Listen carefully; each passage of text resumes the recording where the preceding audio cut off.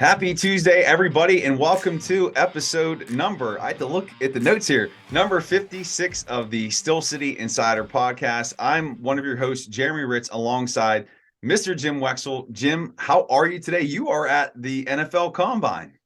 I'm at the Combine. I'm getting ready for dinner, big steak dinner tonight, so I'm excited about that. And then it's all downhill from there. It's all downhill from the steak dinner. Well, we definitely want to dig into the experience at the Combine. And I don't believe the players have started their individual drills yet, but Omar Khan did speak to the media today. The Steelers' new GM, a lot to say. We'll dig into his words. And first of all, Jim, how's it been? It's been a little while since we chatted. Well, driving, I do want to give you a little a taste of the schedule here at the Combine. It's a lot different for reporters than it is for fans. But first of all, I had to drive through a tornado yesterday to get here. That was pretty cool. Geez. I didn't see it. I kept driving. My cell phone was screaming at me to get off the road. Emergency broadcast system, it comes on. Your car is all, get off the road. And it was really black. I couldn't see anything, but never saw the tornado. And I obviously survived. Well, we get here, and today's the first day, and the general managers and coaches talk. Tomlin never talks. Kevin Colbert usually does a great job filling us in on what positions are strong, what positions are weak. We won't draft a quarterback. He'll say things like that. Right. He gives you some good tips. Omar just said, "Oh, this whole draft is great. It's great." So not a lot given in his comments. So we'll get into what he did talk about, but and tomorrow the defensive line and linebackers will start coming in, and we'll all interview these guys. We get the first dibs on them, and they've gone through their medicals today or something. But we'll talk to them, and then we'll write our stories. And I'm sure people find that a little weird to readers because the defensive linemen haven't run through their drills on TV, and that's in a couple days. Mm-hmm. So we do all our writing. We don't cover the drills. Right. Only a select few that are allowed to go in, and really it's easy. It's better to watch it on TV anyway. You really get a better feel for what's going on the field with the cameras on them. But we in the media just come here for the interviews, and then we go home. It's like kind of try to gauge their character. That's about it. Right. And we ask them the same questions, and then you try to get some kind of info on whether the Steelers are showing interest. And you can, and I have some guys targeted to hopefully I'll just get one-on-ones with, but the star players are mobbed. And they get the same question. If someone says, are the Steelers interested? Then somebody says, what about the Falcons? And what about the Lions? And they get 32 questions about their particular team. And these guys are talking to every team. But if you get them one-on-one, you can get some specific interest. Did the scout talk to you? Did the position coach talk to you? Or did the head coach? One, who was it? The safety from Wake Forest that plays for the Bengals. The really good free safety for the Bengals. Jesse Bates?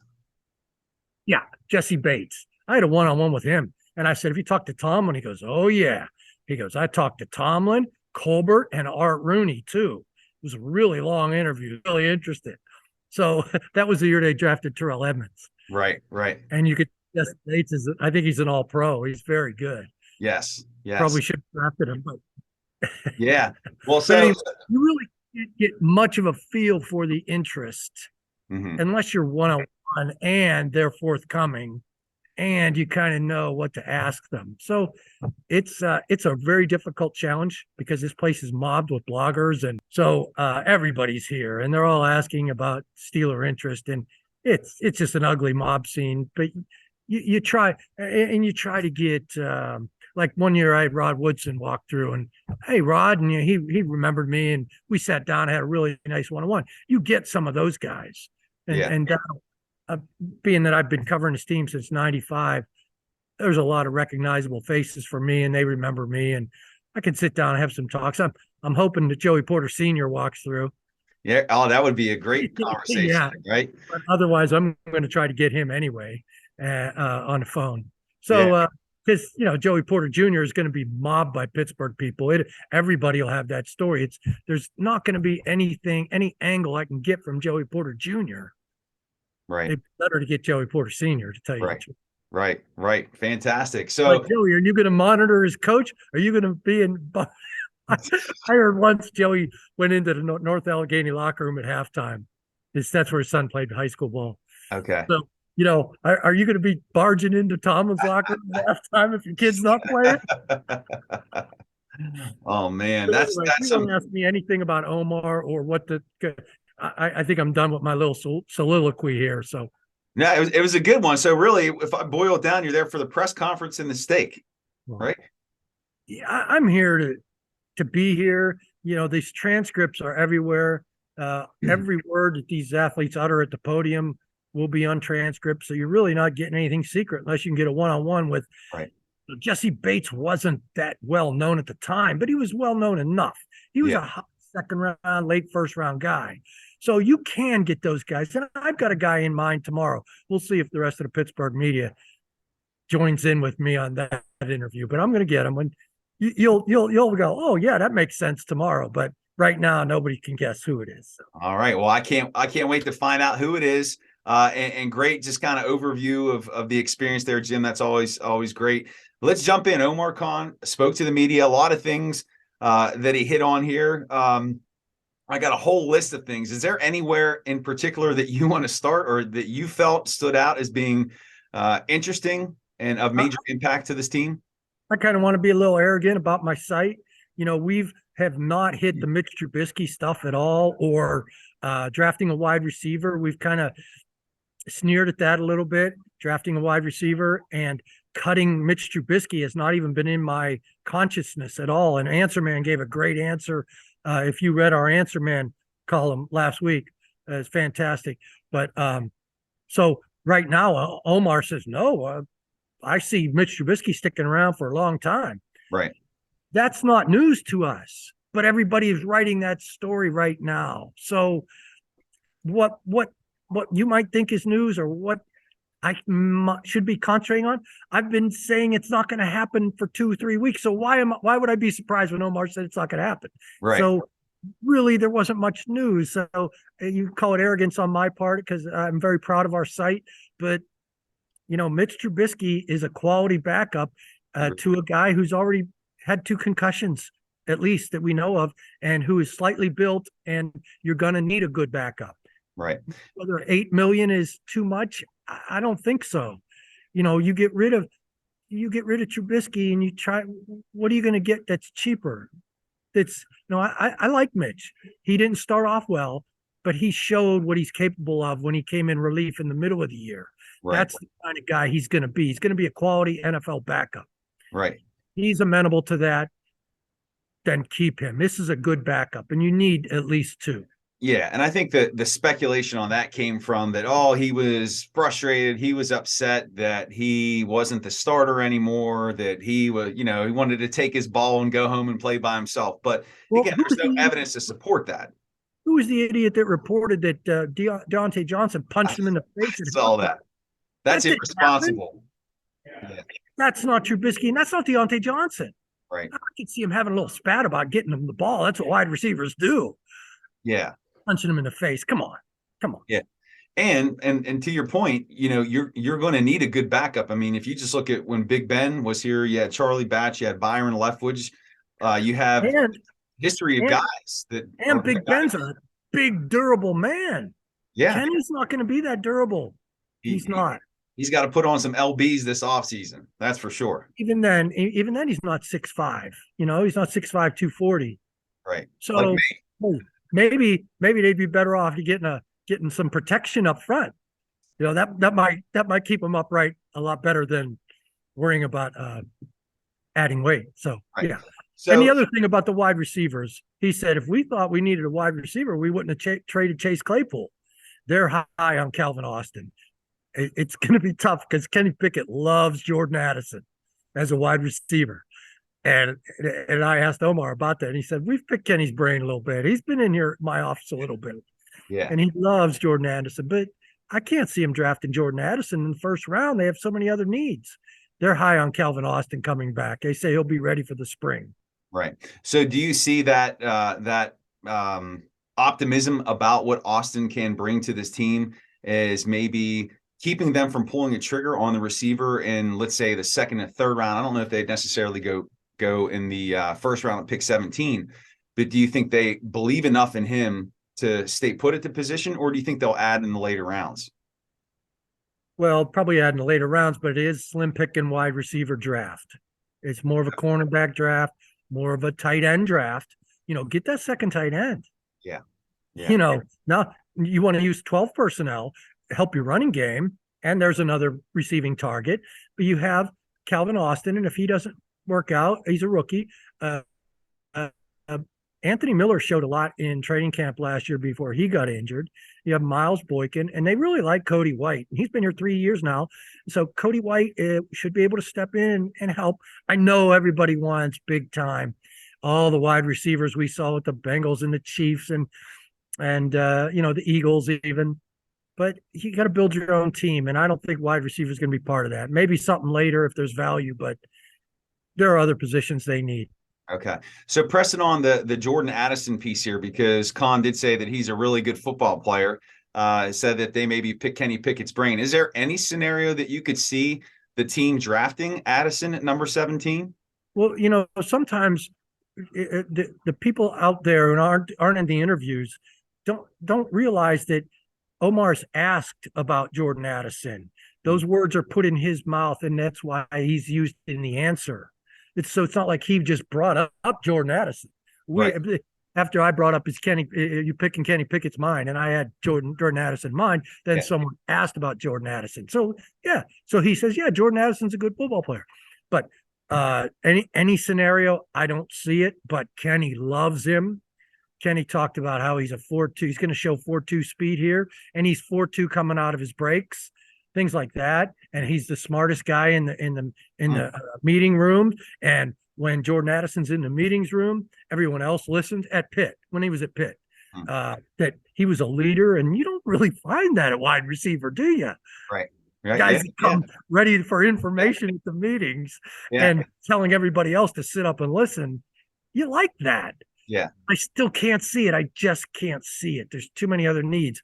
And, this is a good offensive line draft, a good cornerback draft, a good tight end draft, all positions they need. Right. So to that point, Khan said that all options are on the table in this year's draft, which kind of speaks to you draft Hall of Famers regardless of the position. And he did not rule out addressing the offensive line. There's a lot of continuity there with the 5 starters last year. Anything that he maybe left some little crumbs to give us direction, which the direction this team's going to go at number 17? Oh, no. Oh, he really, Kevin, through his 3 years doing this, would allow himself to give us a little more information as time went on. But man, Omar was not. He was all, I'm sorry. There's not going to be that much information in this podcast. I hope I can help more than Omar did. Right. Because he would spoken cliches. And when he talked about drafting a Hall of Famer, that's when I said, Sader's a Hall of Fame running back. You going to draft that? Yeah. No. So he's not going to draft the Hall of Famer at a position of need. Right. A position there where there's no need. Where there's no need. Right. So that kind of broke some information a little bit, that he's not all that gung-ho on the Hall of Famer. It has to still depend on the position. Now, the offensive line, of course, he loved how they progressed, and we all did. And there really isn't. I know people want to say Dan Moore needs replaced, but I don't. And I don't see any of the 5 positions needing replaced. But what they do need desperately is depth. The offensive line didn't miss a practice last year. That you can't count on that happening again. Yeah. All 5 staying healthy all year. And they were lucky because they were weak at depth. So this year they can draft in the first round and say, we need depth so bad. And then that guy, the first injury, my belief is they're going to draft, Skoronski appeals to them more than he appeals to me. I like the Georgia tackle. I like the Ohio State tackle, but those guys only play one position. So when you don't need one position to fill, a guy like Skoronski is more valuable because he can play maybe 5 positions, but at least both guards and both tackles. Yeah. So he appeals to the Steelers more because they need that depth guy. And then the first guy that's injured, that's where Skoronski plays. Right. So, but Yeah. I'm looking at Broderick Jones from Georgia at pick 17, or Darnell Wright from Tennessee at 32. Yeah. So those are pure tackles, right or left, and not that they would start, but they're right in line right away, and give them a little time anyway. Right. Yeah. Well, it's funny. The last time that you and I spoke, I was anti-drafting offensive linemen at pick 17. But the more we talked about Chukwuma Okorafor, and I'm not saying that he immediately needs to be replaced. However, if there's one player that the team probably knows what his ceiling is, it's Okorafor, because he's been around long enough. He's only got 2 years left on his contract. He signed that 3-year extension.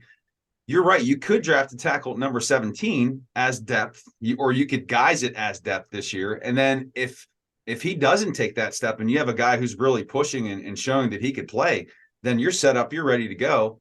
And absolutely, it makes a ton of sense. So, absolutely.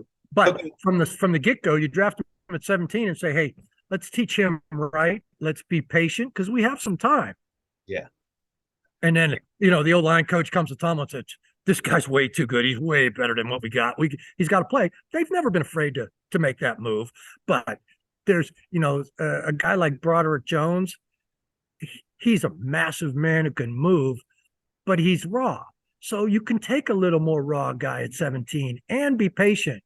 And, I'm also reading from NFL types around the league who don't remember they tried a Okorafor at left tackle when Dan Moore was a rookie, and he didn't play. That was his position in college. So the thinking is draft a right tackle, draft Darnell Wright from Tennessee, put him at right tackle, move Okorafor to left tackle, and voila. Okorafor didn't play well at left tackle in his attempt. So they moved him back to the right side. That's where he belongs. That's where he is. So that's where he's going to stay. So it's easier to move. Yeah. It's easier to move a rookie to get him acclimated to either side, let him get.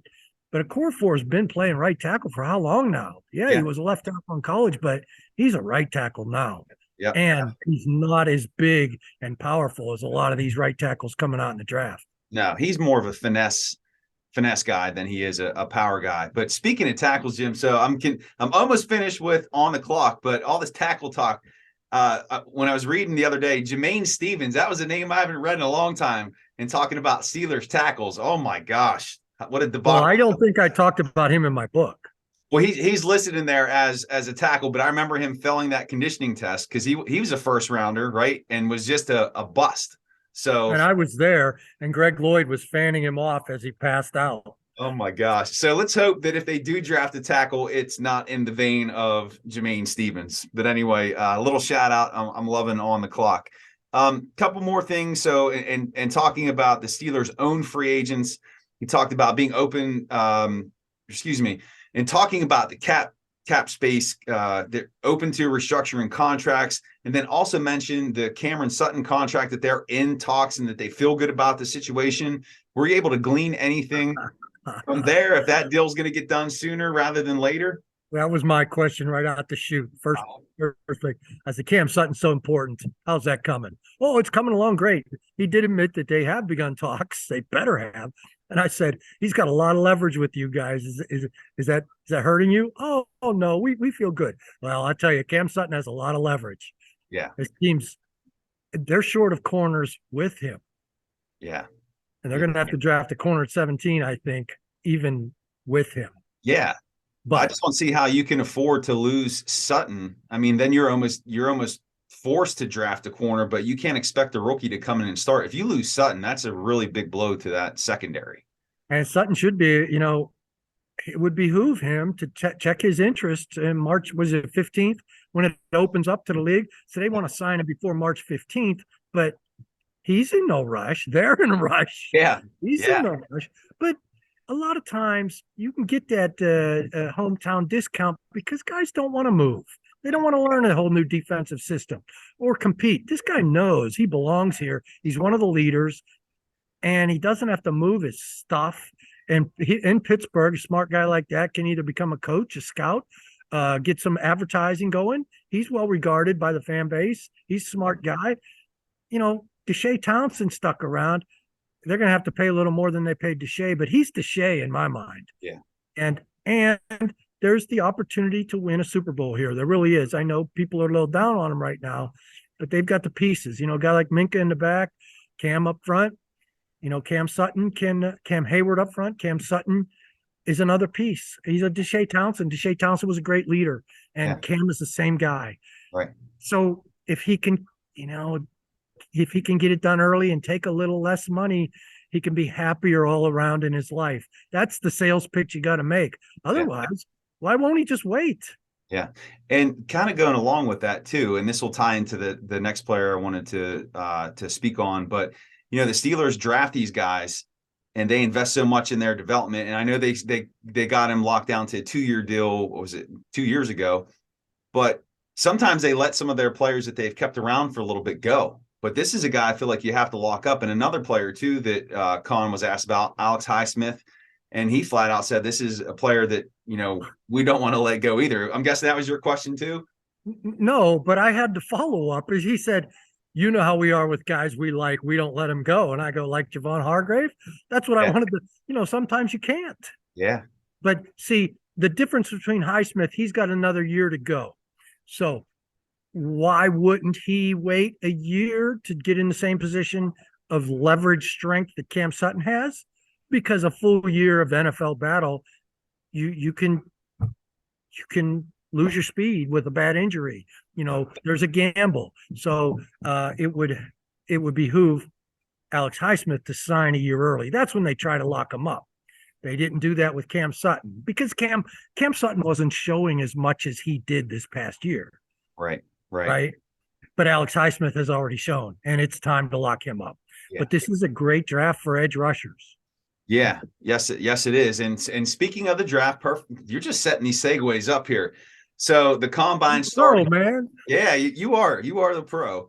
So what are you looking for now? I know you're not going to be there to watch the workouts, but do you watch the combine and what are you looking for as your scouting players here, or what do you think teams are looking for? Because we know that this isn't actual gameplay. This is showing their athleticism, their physical talents, but what's important for the players and what are the coaches really paying attention to? Well, you like to see how they take coaching. And you want to see their quickness because you can see all the times, you can see all the explosiveness in the bench, but you want to see functional power. You want to see the quickness. That's stuff that can't be measured. And what I mean by quickness is the cuts, the fluidity of the hips.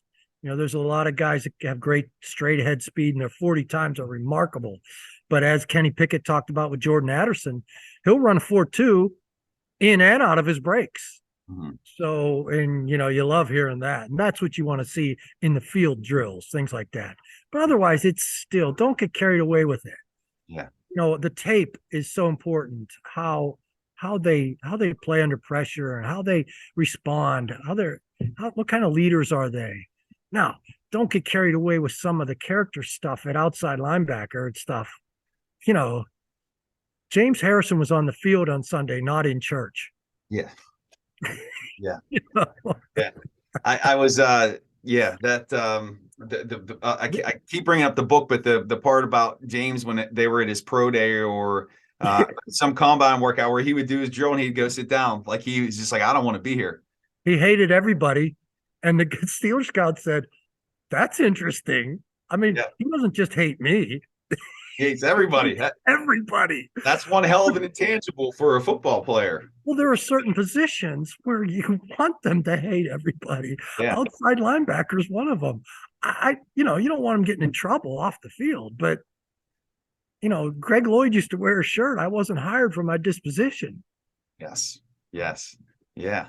And Jim, let's wrap it up with this. So this is the last day of February. March starts tomorrow. The combine is underway. Free agency is going to start here in a few weeks. Things are just starting to hop. So as we stand here today, when you look at pick 17, I'm not asking for a player, but position-wise, what position do you see this team addressing with their 17th pick? 17th pick in the first round as of today. Yeah, I mean, cornerback or offensive lineman. I'll go corner. And I'm hearing horrible things that Joey Porter Jr. is going to run a 4.3. with that size, 6'2", with those 36-inch arms. I mean, Wow. they look for 32-inch arms out of corners. 36 is like your biggest offensive tackle. 36-inch, that's Vines. Yeah. And you know him so well. But if he runs a 4.3, I don't think he's going to make it to pick 17. Yeah. So, Even but though like, he only has one career interception. You like to see more, but yeah, nobody threw his way. I remember Daryl Revis, nobody threw his way his senior year at Pitt. yeah, yeah. And But what it could do, I mean, if that pushes him up into the first round, there's always an opposite reaction. Maybe that throws one of those tackles down there for them. Jeremy, your optimism isn't helping me here. No, well, hey, somebody's got to be. Which we've always looked for before the Pickett draft was quarterbacks. How many quarterbacks are going to get drafted? That'll push people down because the Steelers are not going to draft a quarterback. Yeah. And we didn't know that last year, but for 15 years of Ben Roethlisberger, that was the case, and it was always nice. So there are talk of 4 or 5 quarterbacks being taken. Those are the guys you want taken. That'll push other players down. Yeah, yeah, fantastic. Plus, there's such a shortage of wide receivers. The people might go grab the couple that are available early. Okay. Yeah, and that's what you hope pushes those corners. There are like 3 or 4. This is a rich draft in corners. So maybe teams wait. But, if you're 6'2" with 36-inch arms and you run a 4.3 and your name's, if you're Porter Jr., you got the bloodlines. I mean, you're going to have to deal with Joey at halftime, the dad at halftime. Yeah. I can't wait to ask him about that. Oh, yeah. Man, that's that. Well, you got to share that story once you do. I would definitely. I'll write it.